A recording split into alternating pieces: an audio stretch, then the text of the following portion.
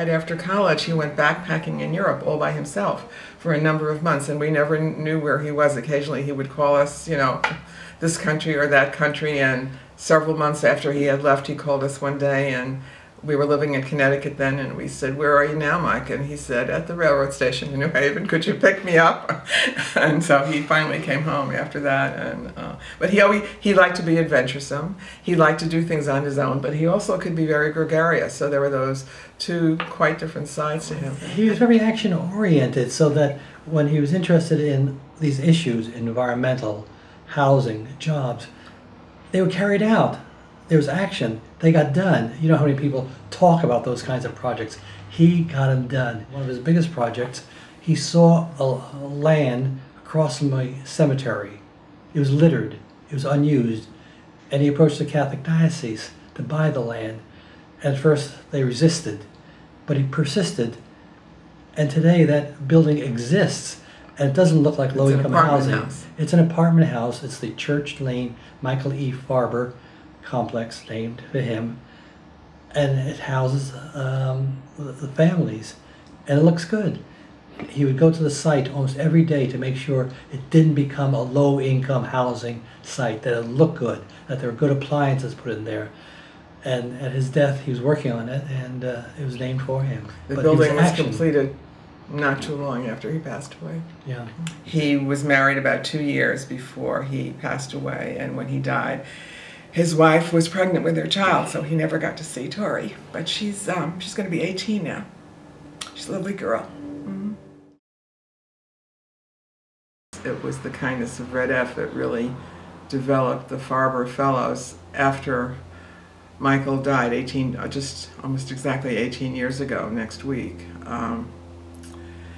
They decided that because of the work that he had done with the homeless and the mentally ill, and people who had formerly been in prison, that they wanted to honor his memory by creating the Farber Fellows, and we were thrilled to have him memorialized in that way. When Michael got to California and became involved with an organization called Rubicon, they had some kind of a lunch program, food program in public buildings, and I don't think it was doing very well.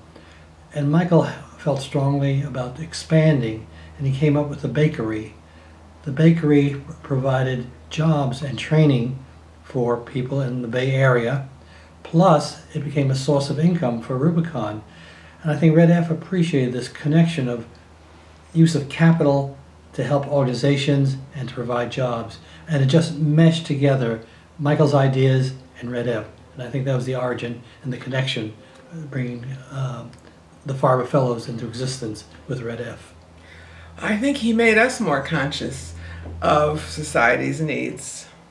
We were so busy with our jobs, you know, we were both working very hard all of our lives, and I think his efforts were really an eye-opener when we came out here and we saw what he was doing. So there's a legacy that he passed on to his parents. It's usually the other way around. The thing that impressed me, and I think would be meaningful to Michael, these are action-oriented people. They have MBAs, but they're out there in the community working with young companies that need help providing ideas. And I think it carries on Michael's approach to life. Do it.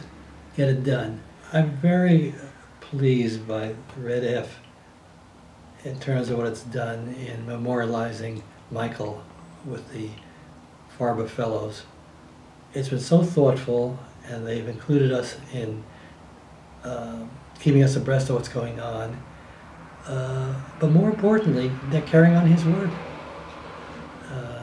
And that's the most meaningful part. I mean, something real is happening. I know it would have been very easy sometimes to put up a plaque or to do a proclamation, but what we have here is ongoing, real work to help people.